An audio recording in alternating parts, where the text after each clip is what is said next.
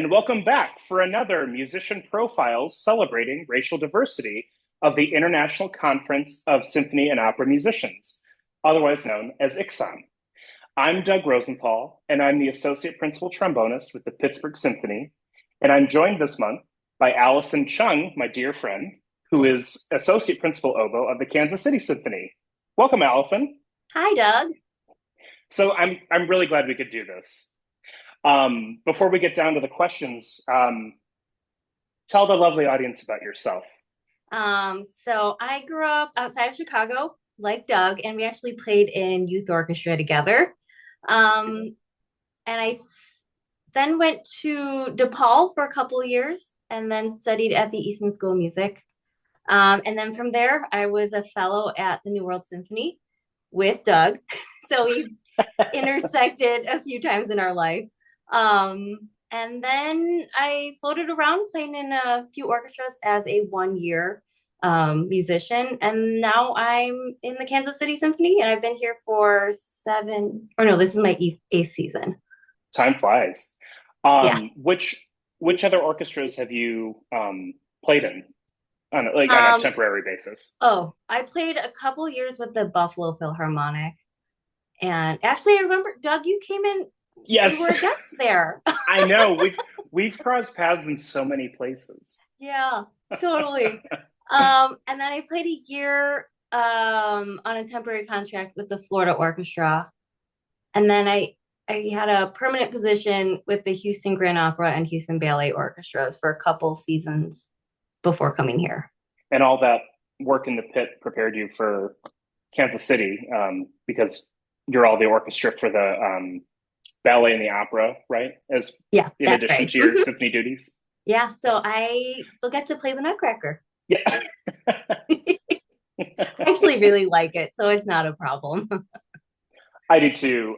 When I was at the Kennedy Center, we would only do 1 week of it every year. So it was like just enough to enjoy it but not too much. Okay. That 1 week would be nice. Yeah, so thanks for doing this interview. So my first question for you is, what is the first time that you heard an orchestra, and what kind of impressions did it leave on you? I think I was in grade school. So it was before I played the oboe, and I have two older sisters that were violinists. And I remember my mom taking us to go see some community group. I have no idea what the orchestra was, but we were there to hear the Mendelssohn Violin Concerto.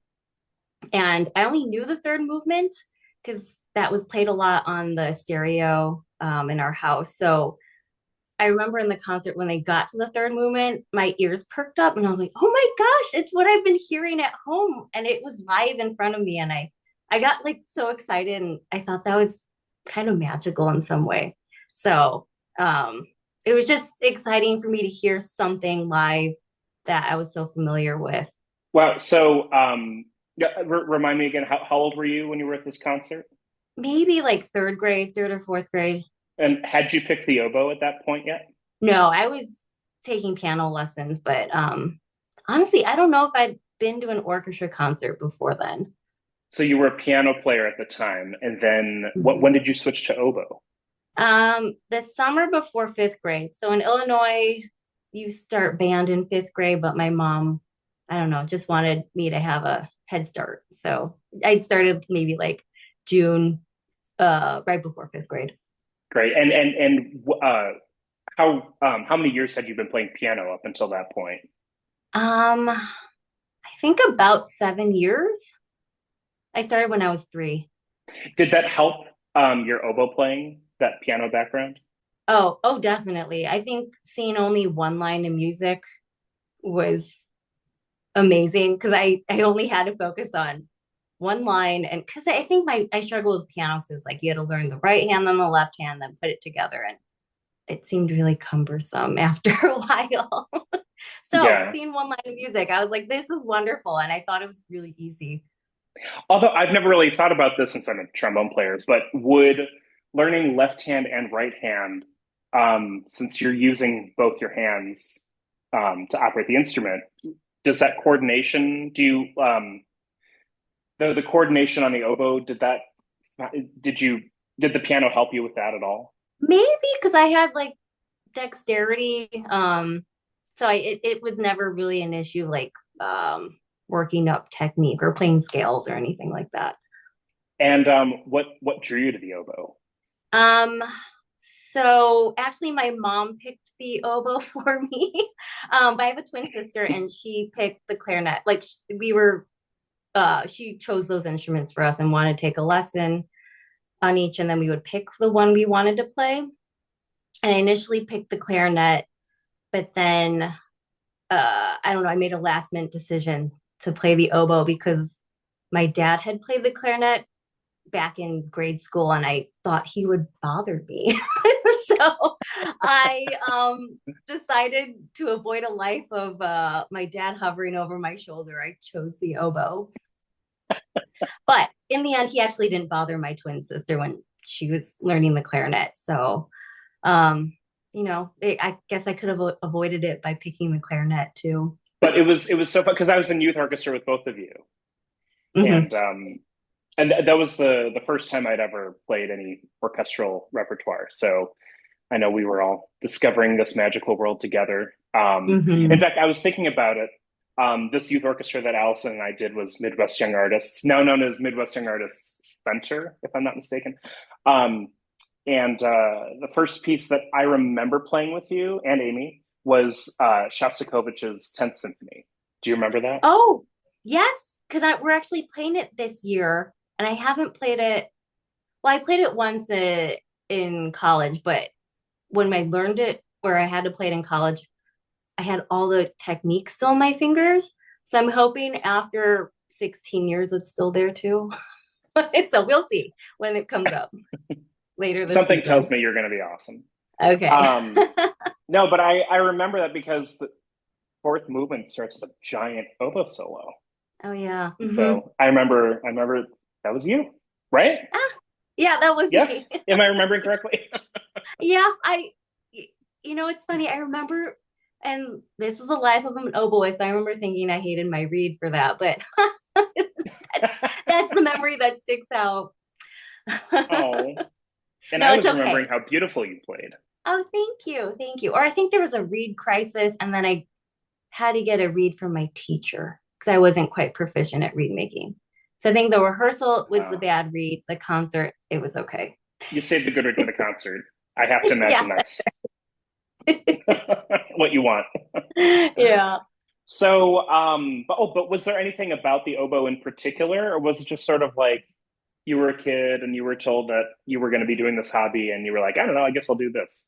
I think it was that basically. And I wanted to play in orchestra because at that point I had been going to MYA concerts because my older sisters were in the organization already. So I thought it was fun to play in this big orchestra. And the piano can be very solitary. So I was excited to play an instrument that could join others easily. Was there a particular moment in your musical upbringing that inspired you to pursue a career in music?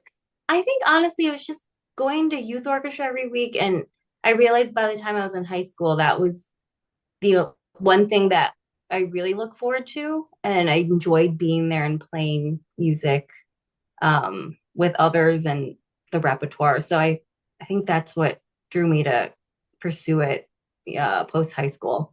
We were really lucky to be in that program. Yeah. Went through a lot of awesome rep with some good people. Yeah. The conductor, Dr. Dennis, Alan Dennis, was he was always really pushing the envelope for what a youth orchestra was going to play. Yeah. So But he I, still I made it fun. oh yeah, Yeah. but I remember after I graduated, the orchestra played Ein Heldenleben, which Oh, I didn't know they um, did that. That's yeah, I mean, incredible. I think that yeah, it's incredible. I mean, I think the stuff we did when we were there was incredible. But um, anyways, yes, lots of gratitude for sure. Hmm. And so now, fast forwarding in your career, is there a particular concert that has stood out as particularly memorable for you? Um, I thought about this for a while and I've played so many concerts in my life. And honestly, like the one at this moment that stands out is one that happened a couple months ago. The Kansas City Symphony went on their first European tour, and um, I think it was there was a lot of like unknowns, like how was it going to be playing in a different hall because we're so used to our own hall here. And I think the rehearsal before our first concert in Amsterdam didn't was a little rusty, I have to say, because we're jet lagged and um, I guess getting used to a new space. But by the time we played that concert, I was like, oh my gosh, this was really incredible. And like we, yeah, it was. I don't know what I'm trying to say. It was really, it all came together, and I think it it was such a good feeling, like to be able to perform that well for a crowd that we're not used to, complete strangers. So, in a different continent. So it was, yeah, that was an incredible feeling. Well, it was such a big deal for Yeah. um, the whole city of Kansas City for you all to Hmm. make that tour. What were all the cities that were on the tour? We played in Amsterdam, Berlin, and then Hamburg. Just three cities. So the Concertgebouw, the Philharmonie, and the Elb Philharmonie, That's right. those are awesome halls. Did you have a Hmm. favorite? I think I like the Philharmonie in Berlin the best. Yeah. Um, but I think what we were told was the one in Hamburg, the Elb Philharmonie, was the most like our hall here. Um, Oh, and I guess I don't know. I I think other people noticed that. I don't think I did as much. yeah. Did I see did or do I remember this correctly that the mayor of Kansas City went on tour with you? Well, he joined us in Berlin. Yeah, it was Wow. great to even have that support from our mayor out in Europe. Were there a lot of events in Kansas City to like as a send off for you all? We had one concert right before we flew up to Europe, and it was not the entire program, but we and it was on a Wednesday night, so it was kind of like a maybe not the normal time for a concert, but it was the hall was filled, and it was they were so enthusiastic, and it kind of like was a nice send off because we left feeling really good about ourselves and the music that we were making. Did you find that going on a tour, like, um, did you learn anything that you hadn't learned about performing and how to, you know, stay alert when you're jet lagged or, any little tricks Um, like that? if I get this opportunity again, I think I would try to find more time to rest because I think it's when you get there and you arrive in a new city, you get so excited, you want to like see as much as you can. But I think that didn't really help with the jet lag. But and I think with being an oboe player, it's just trying to figure out having like a good supply of reeds that can do different things before you leave. So then you never know with the weather, um, and being in different cities because some reeds worked in Amsterdam and did not work at all by the time we got to Berlin. So luckily I came with like a good supply of reeds already like half made. Um, but I don't know, I would even like I don't know how oboe players do it in your symphony because they're used to it, but I think I might if we do go on another tour, I would maybe make reads there too. So that would, I yeah, it's just it's hard being a read maker and trying to figure out what's going to work because you can't really predict the future. I understand. I think so. Principal oboe in our orchestra, Cindy De Almeida, I think she mentioned a lot of her time in these cities was spent in the hotel room making reads. Oh, I okay. think Yeah. I don't want to misquote her, but I think she's that's mentioned just that funny. because I've worked with her before, and yeah, Mm. it sometimes it's you want to go out and explore, but there's a job at hand too.